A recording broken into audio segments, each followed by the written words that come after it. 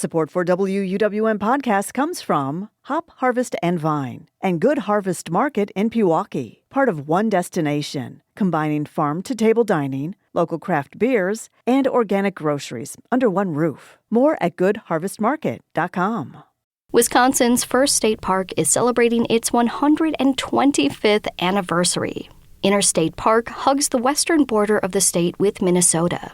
The St. Croix National Scenic Riverway runs through the park, creating stunning views of steep rock cliffs. The park's unique features offer a variety of recreational opportunities all in one place. And as the leaves begin to change, it's a perfect time to plan a trip to check out the fall colors at Wisconsin's oldest state park. To help you plan that, Lake Effect's Becky Mortensen is joined by Matthew Densau, the park superintendent of Interstate Park, and Amanda Weibel from Travel Wisconsin. There are two different histories to this park that I want to ask about today. We'll get to how Interstate Park became Wisconsin's first state park, but I want to start way before that. Matthew, can you describe how glaciers helped form what would one day become this park? Yeah, definitely. So, yes, there were glaciers in this area, but what our features really about are glacial meltwater. So at the end of the last ice age, when everything was starting to melt, there was glacial Lake Duluth up near present-day Lake Superior. And when that broke out of its banks, it came down, forming the riverway of the St. Croix National Scenic Riverway. And when it came to the interstate area, what we had is basalt that formed during a rift valley. So it formed relatively quickly, and it also had lots of cracks in it. So if you imagine all that water coming through, it hit the basalt and it cracked everything open. And that's how we got the Dalles of the St. Croix. But also when that water was flowing over the rocks, it swirled in places, drilling into the rock itself because of debris, small rocks, and what those formed were glacial potholes. So those are the glacial features that we have here in Interstate Park. Okay, so fast forward to 1900. What did it take to get this area established as the first state park? So it took a lot of community involvement. So there are actually two men. There was Harry Baker of St. Croix Falls and then George Hazard of Taylor's Falls on the Minnesota side that were pushing to protect the Dalles of the St. Croix. Now, Mr. Hazard succeeded first, and Minnesota Interstate Park got formed in 1895. But in that same exact year, there was an ad hoc committee formed in Wisconsin to explore purchasing land in the same exact area. And then in 1899, the legislature authorized funding for purchases. And then on September 20th of 1900, the first parcels of land for Interstate Park were purchased. And there was a grand total of little over an acre for $285. And now, 125 years later, can you describe what the park is like?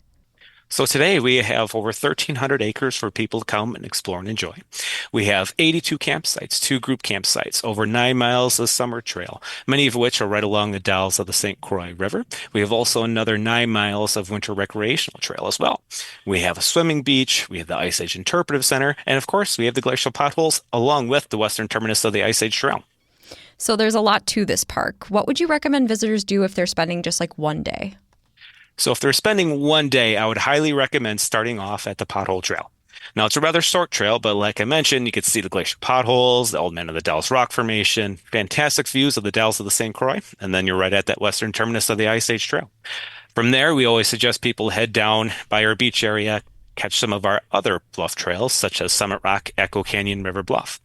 Then from there, enjoy a nice picnic along the St. Croix River in our River Bottoms picnic area. If you have desire to fish, we have many access points for you to fish either along the river or around our lake as well. When it gets a little hotter in the day, feel free to take a swim in our lake or head up to the Ice Age Center and enjoy a little bit of air conditioning and learn about what Wisconsin has to offer with glacial features. Yeah, can you talk a little bit about what people can learn at the Ice Age Visitor Center? Yeah, so the Ice Age Interpretive Center, which I must mention is kept open by volunteers. Without them, we wouldn't be able to keep the building open for everybody to enjoy. But what we have is more information about the glacial features found here and across the state of Wisconsin. We have a 24-minute video about the Ice Age Trail and those features that you can see along there. And then it also highlights that Interstate is one of the 9 National Scientific Reserve units for the Ice Age. Okay, so as you mentioned, Matthew, this park hugs the border of Wisconsin with Minnesota. So, Amanda, what else would you recommend people check out in this area? This area of Wisconsin is so fun to visit in the fall, Becky. One seasonal experience that I love is in Osceola. They have a scenic fall color train ride. It's the Osceola and St. Croix Valley Railway, and they run weekend rides through the breathtaking St. Croix River Valley. You're going to jump aboard a vintage train for a 90-minute journey through a landscape that is soon to be covered in crimson, gold, and amber. You are going to want to book your ticket soon, though, because those weekend rides sell out very fast. So definitely check into that if you're heading to the area. Another experience I highly recommend is touring Bending Branches Factory. Now, if you're not familiar, Bending Branches is actually the world's largest manufacturer of quality canoe and kayak paddles, and they are based out of Osceola. They really love showing off their factory, the craft, the precision, the hard work that goes into every paddle. So it's really fascinating to learn about. And you can typically schedule a factory tour Monday through Friday between 8 a.m. and 4 p.m. You're also just going to want to stroll the downtown of St. Croix Falls. They have so many charming local boutiques, cafes, and restaurants to enjoy. Swing into Doll's Cafe and Coffee House if you're visiting in the morning, maybe for your pre-hike coffee or breakfast. And maybe you want to end your day at Chateau St. Croix Winery for some picturesque sipping.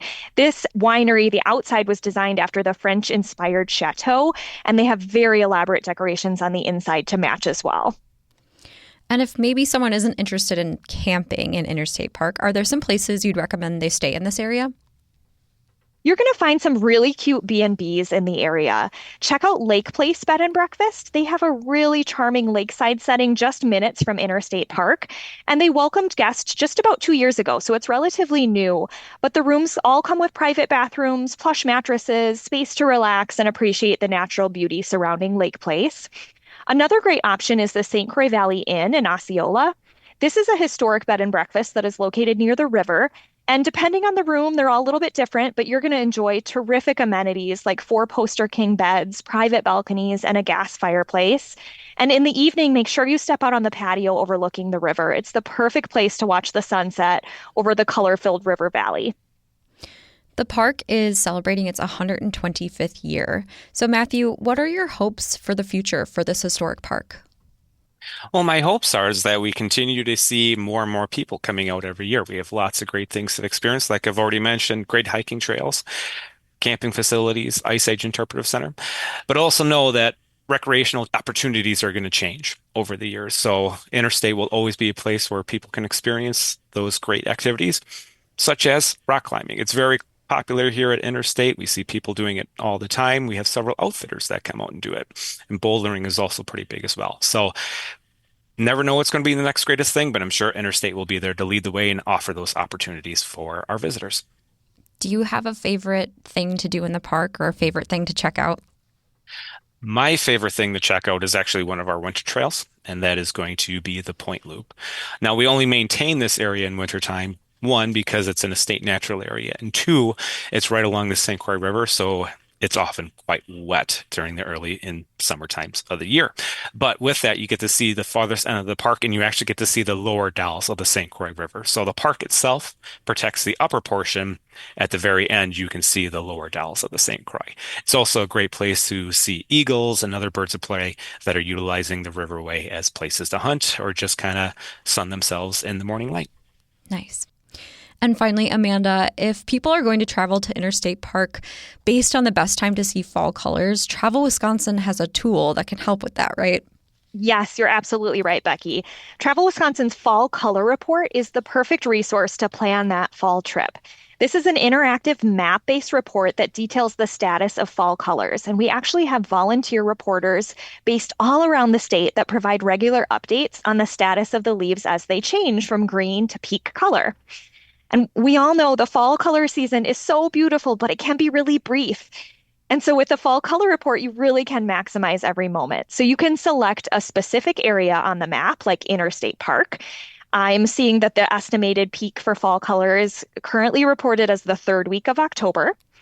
Or you could filter the report to find the best currently reported fall color if you're looking for a spur of the moment trip. Or you could sort by an estimated week of peak to discover a destination that works for your schedule specifically.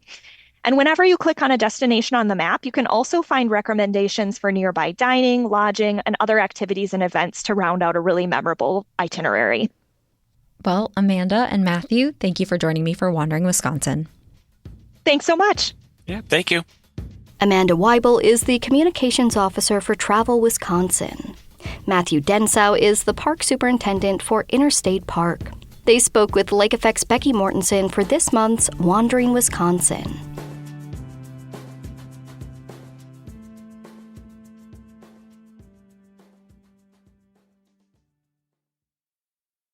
Sources and methods, the crown jewels of the intelligence community.